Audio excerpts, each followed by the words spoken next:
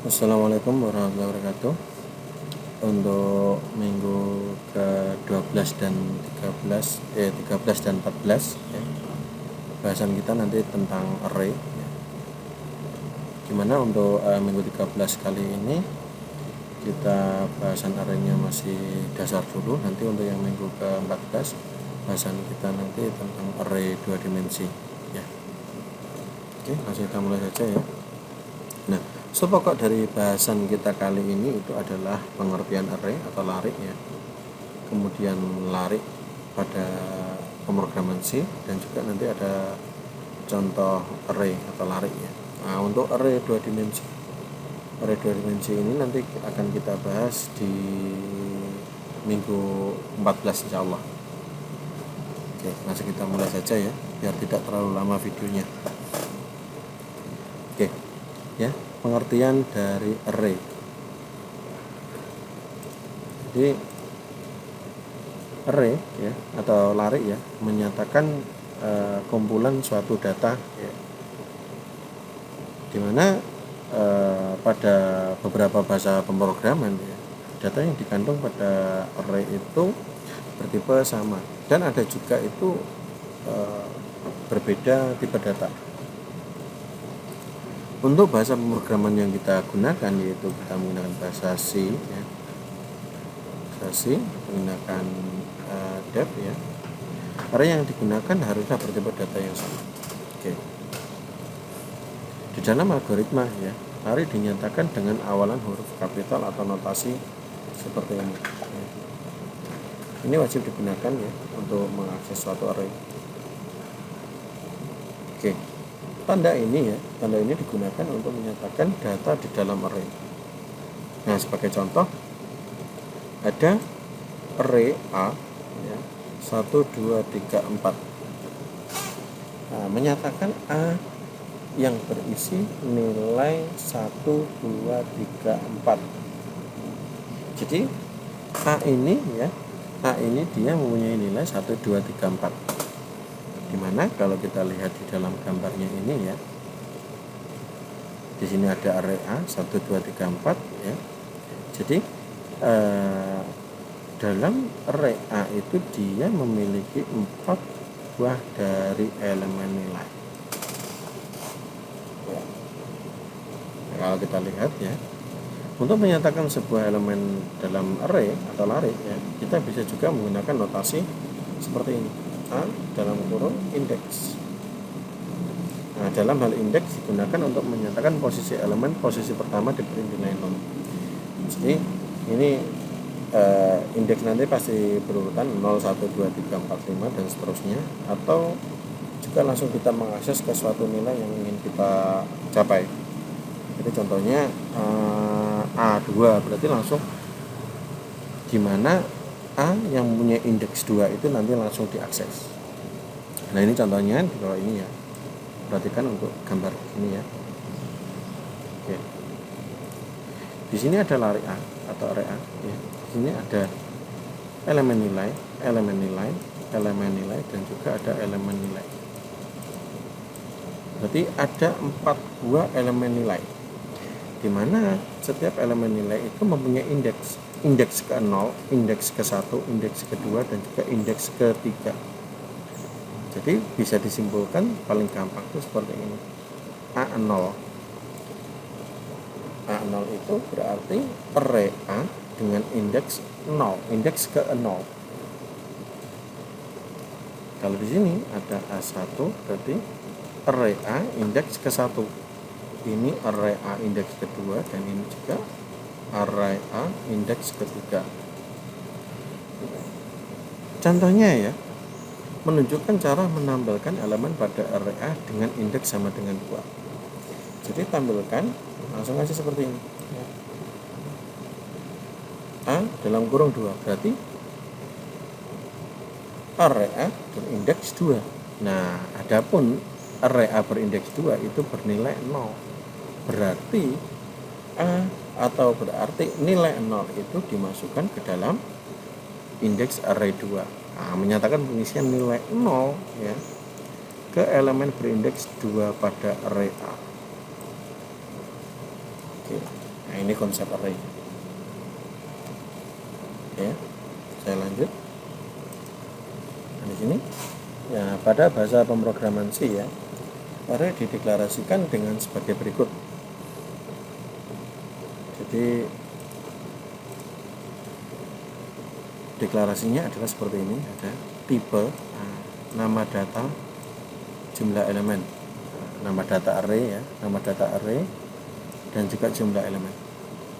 Dalam hal ini jumlah elemen harusnya berupa konstanta.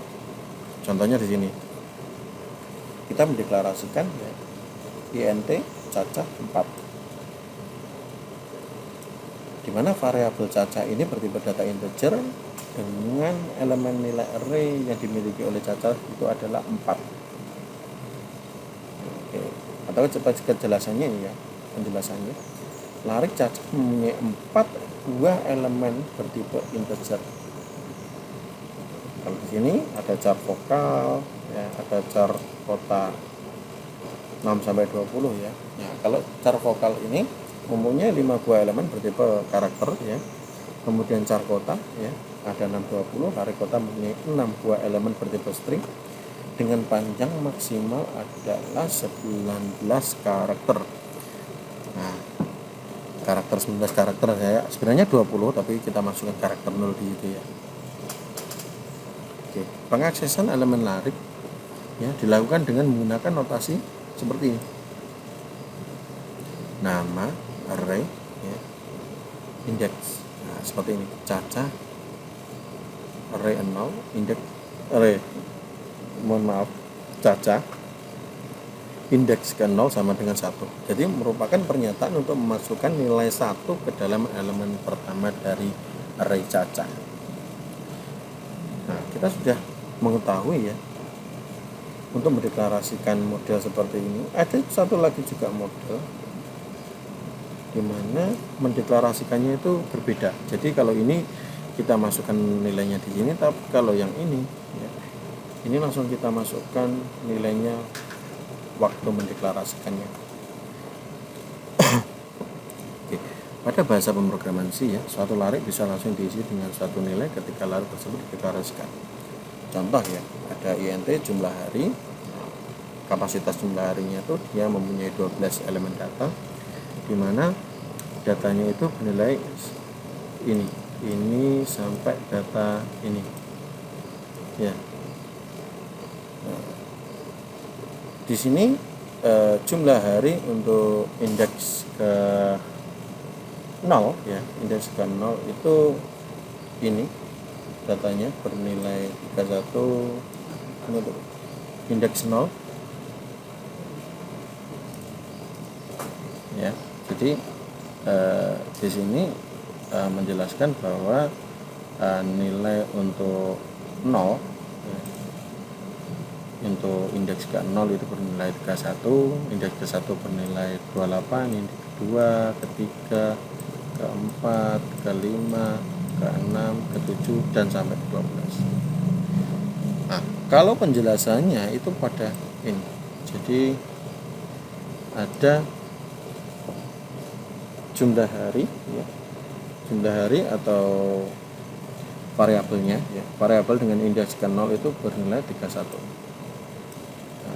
28. Nah, ini nanti berurutan sampai dia bernilai indeksnya 12. Ya, ini jadi perbedaan dari cara yang pertama ini dan juga cara yang kedua.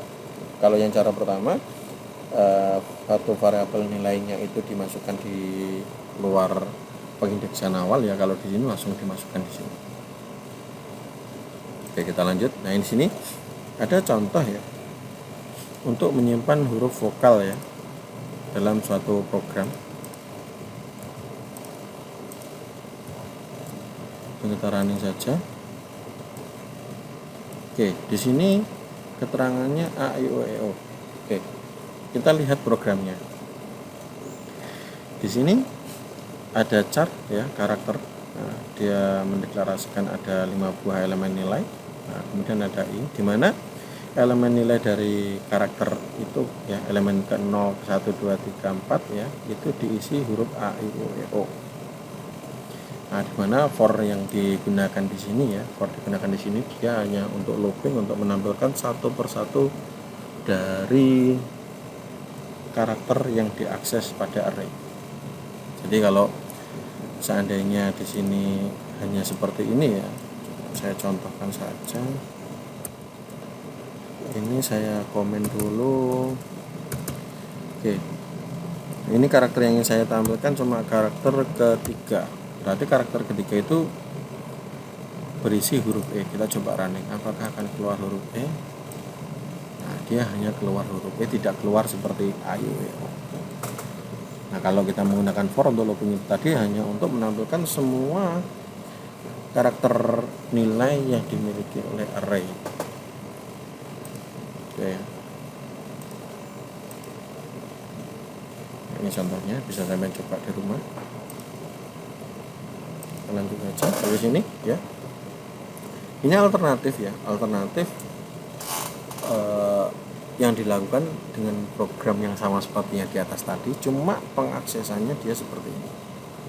Kalau kita lihat program di atas tadi ya, program di atas tadi, jadi untuk variabel atau nilai dari suatu array itu dimasukkan satu persatu di sini ya.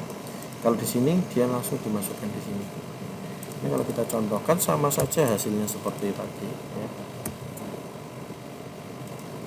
Yang membedakan cuma mendeklarasikannya saja. Yang ini sama. Cuma ini saja yang membuat beda. Kalau tadi dia di bawah, kalau sekarang ini ya seperti ini. Ya masih gampang. Kita lanjut saja. Nah di sini menyimpan sebuah data dan kemudian mencari bilangan terbesar dari data yang ada pada array. Jadi kita di sini mempunyai data array, kemudian kita mencari data terbesar dari bilangan array tersebut. Kalau kita lihat logikanya di sini ya, ini logika programnya. Berarti proses awal adalah membuat suatu variabel terbesar, di mana variabel terbesar ini diisi oleh elemen pertama dari suatu array. Ya. Selanjutnya semua elemen kedua hingga terakhir itu nanti akan dibandingkan dengan elemen terbesar. Contohnya kalau di sini kita menggunakan elemen terbesarnya 10, ya, nanti 10 ini akan dibandingkan dengan 4, 10 akan dibandingkan dengan 2, 10 akan dibandingkan dengan 5, 10 akan dibandingkan dengan 3. Dan seterusnya sampai variabel terakhir. Dan di sini kebetulan nilai 10 itu adalah nilai terbesar kalau kita lihat dengan kasat mata. Tapi kita harus membuat secara program bagaimana sistem itu bisa mengenali bahwa 10 itu adalah nilai terbesar dari yang lainnya. Nah, setelah dibandingkan seperti ini, jika nilai faktor pembanding itu lebih besar dari faktor pembandingnya, maka nilai elemen tersebut ya lebih besar daripada variabel terbesar, maka isinya diberikan kepada variabel terbesar. Jadi contohnya kalau di sini ini kebetulan saja 10, anggap saja di sini tidak ada 10, anggap saja 4 ya. Kalau 4 pas kita bandingkan dengan 5, berarti 4 itu kan lebih kecil dari 5. Padahal nilai terbesar itu adalah yang dimasukkan awal adalah 4. Berarti nilai terbesar nanti akan dirubah menjadi 5. Nah, kalau kita lihat di programnya itu seperti ini. Ini ya, ini untuk deklarasi awal ya. Nah, ini terbesar. Terbesar itu kita masukkan data ke 0. Data ke 0, nah ini kebetulan data 10 ya. Ini for untuk melooping ya. Untuk melooping. Untuk membandingkan 1, 2, 3, 4, 5 sampai ke data ke 10. Nah ini, jika data I itu lebih besar dari terbesar, maka terbesar itu sama dengan data I. Jadi jika data I-nya ini ya, ini data I, ini data terbesar ya. Oh ini data terbesar, ini data I. Jika data I lebih dari terbesar ya, maka terbesar sama dengan data I. Nah, karena data ini awalnya sudah 10, karena kita lihat dia terbesar, maka data terbesarnya tetap akan 10. Tapi bagaimana kalau seandainya ini saya buang dan data terbesarnya itu adalah 4. Ini data terbesar ya. Ini data I. Berarti 4 dibandingkan dengan 2 dia masih yang terbesar, kemudian 4 dibandingkan dengan 5 ya. Data I ya. Data I-nya dia itu 5, terbesarnya 4. Berarti di sini 5 lebih besar dari 4. Oh tidak ya. Nah nanti akan merubah, berarti data 5 itu nanti akan dimasukkan menjadi data terbesar. Begitu seterusnya kemudian ditampilkan nilai terbesar. Kalau saya contohkan dalam program ya, kita running aja. Oke. Nah ini data terbesar dari data adalah 10. Nah tapi bagaimana kalau 10 ini kita rubah menjadi 1? Kita lihat data terbesarnya itu mana. Nah data terbesarnya adalah 9. Dan begitu selanjutnya ya. Nanti bisa sampai coba dulu. Oke. Kalau yang ini ya, membuat sebuah program untuk membaca data secara berulang dari keyboard dan meletakkan nilai tersebut dalam elemen larik. Jadi sebenarnya sama saja ya, cuma yang membedakan di sini adalah kita memasukkan nilai itu dari keyboard kita. Kalau contoh-contoh di atas tadi kan nilai-nilai tersebut itu kita masukkan lewat langsung dari program ya. Nah, kalau di sini nilai-nilai tersebut itu kita masukkan dari keyboard. Jadi nanti kita bisa masukkan nilai itu sesuka kita. Oke, langsung saja saya contohkan di programnya ya. Oke. Ini hasilnya, masukkan bilangan ya, 12. Ya, di sini ada penambahan program ya, dimana kita saya tambahkan di sini memang. Jadi masukkan nilai lagi, pilihannya tuh ya atau tidak. Kalau tidak berarti dia nanti akan stop ya. Kalau iya dia akan masuk ke akses array selanjutnya ya. Akses array selanjutnya untuk memasukkan nilai. Jangan 12 sampai 14. Masukkan nilai lagi, anggap saja kita pilih tidak. Kalau tidak, maka sistemnya akan close. Nah, berarti data yang kita masukkan di dalam array ya, itu cuma data ke 0 dan data ke 1. Padahal kalau kita lihat di programnya ya, di sini itu data untuk pengaksesan array itu maksimal 10. Tapi kita hanya masukkan 2, gak masalah. Ya. Nah, di sini ada sedikit tambahan modif ya dari saya. Jadi jika jawabannya T atau jawabannya T kecil ya, maka jumlah data itu I plus 1 dan itu break. Makanya break itu selesai. Nah, setelah selesai nanti baru for ini fungsinya hanya untuk menampilkan data ini saja, data 2 ini saja. Kalau yang lainnya sama di atas. Seperti ini. Berarti sampai sudah paham ini. Ya. Kita lanjut. Nah, ini sama seperti atas tadi ya. Cuma yang membedakan adalah ini ada penambahan sedikit program untuk mencari nilai rata-rata dari penjumlahan array. Jadi kalau kita coba programnya ya,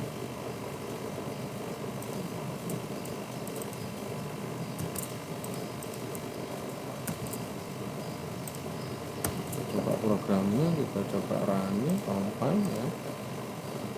Oke, masukkan nilai bilangan saja. Di sini ada berapa? 12 ya, kemudian saya masukkan 8 ya, masukkan 15 iya, saya masukkan 12 ya. Ada berapa? 1, 2, 3, 4 ada 12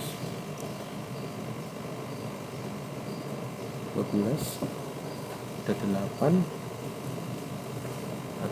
15 dan 12 ada 12. Oke, tidak.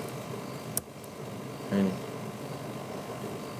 Jadi di sini hanya menambahkan sedikit tambahan ya. Jadi untuk mencari nilai rata-ratanya. Kalau untuk mencari nilai rata-rata ya ini gampang sekali ya. Sudah saya ajarkan di awal ya. Jadi jumlah total itu dibagi dengan jumlah data. Jadi jumlah total ini, nilai ini dibagi dengan jumlah data. Ini gampang. Ini sama programnya seperti tadi, cuma di sini ada sedikit penambahan. Oke, nanti bisa sampai coba di rumah. Selanjutnya, nah ini menampilkan nama bulan berdasarkan kode bulan. Ya.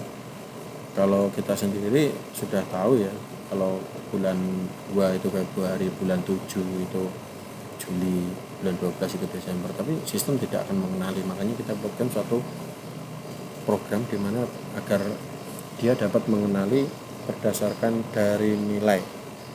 Nah, tapi di sini perlu diperhatikan ya. Elemen pertama pada nama bulan sengaja diisi dengan kosong ya. Jadi data stringnya kita buat kosong ya. Hal ini dimasukkan agar nama bulan ya dapat diakses dalam bentuk seperti ini. Nama bulan, kode bulan.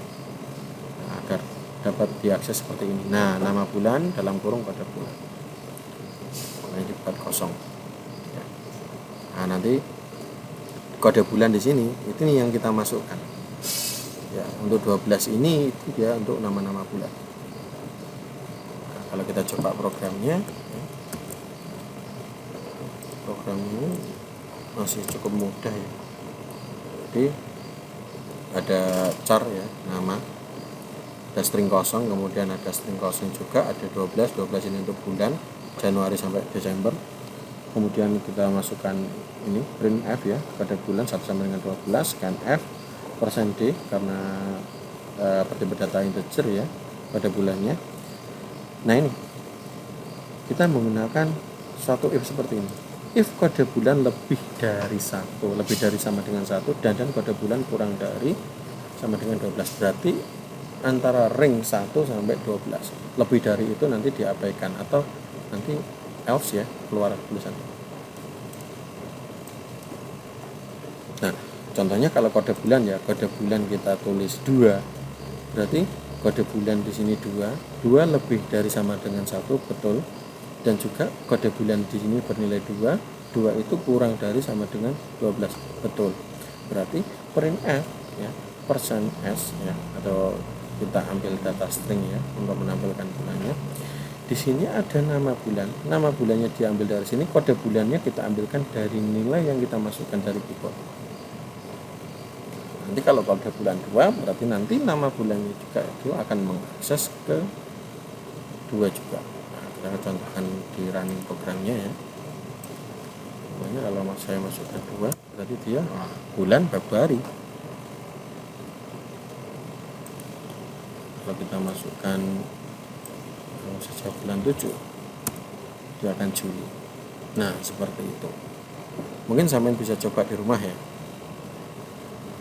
Oke, kita lanjut saja. Nah ini gampang sekali ya. Ini hanya untuk menjumlahkan antara bilangan A dengan bilangan B. Di awal pertemuan sudah kita bahas untuk penjumlahan, pembagian, pengurangan, pengalihan ya. Jadi di sini ada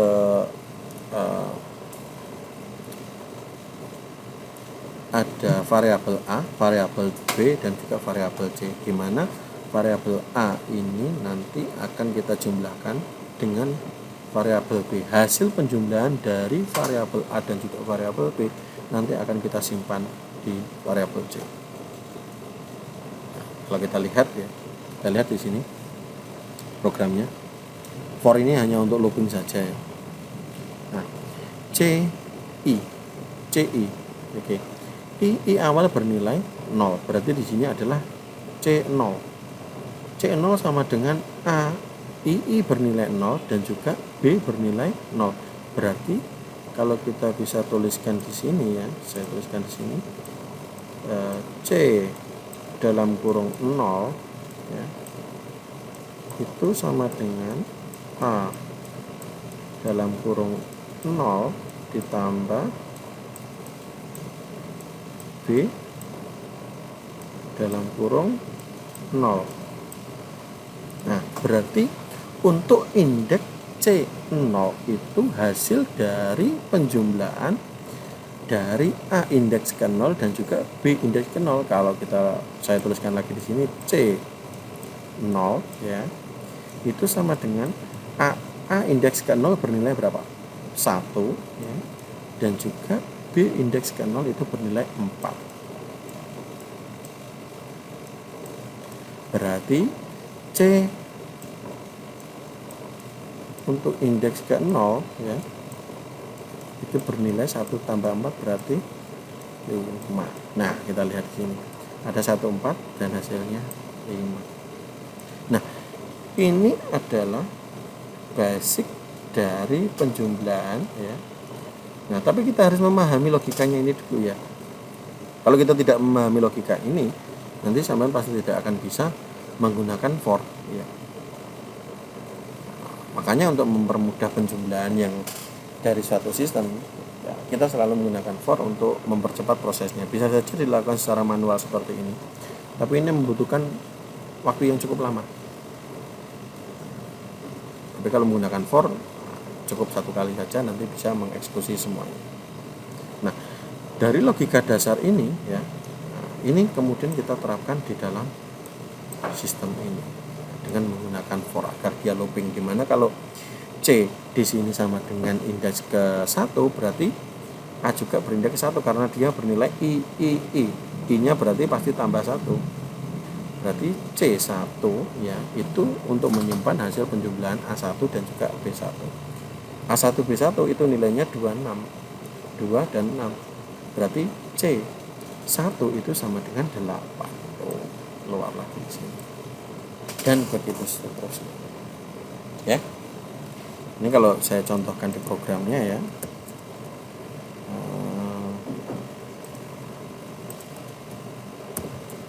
Alami. Nah, ini hasilnya ya. Ini hasilnya. 584 584 10 8. Nah, ini kalau penjumlahan. Tapi kalau perkalian tinggal samain ganti saja ini. Ini tambah sama ganti kali. Sama running, hasilnya kan seperti ini. Kalau kita lihat 4 kali 1 dia 4 ya, 6 kali 2 dia 12, 3 kali 1 3, 5 kali 5 dia 25, 6 kali 2 dia 12, ada 8 kali 8 sama dengan 64. Kalau pembagian sama pengurangan sama seperti ini ya. Nanti bisa saya mencoba-coba di rumah.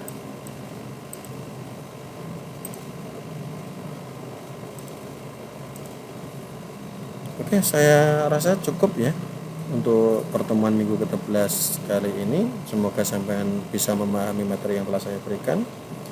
Dan atas perhatiannya saya ucapkan terima kasih. Wassalamualaikum warahmatullahi wabarakatuh.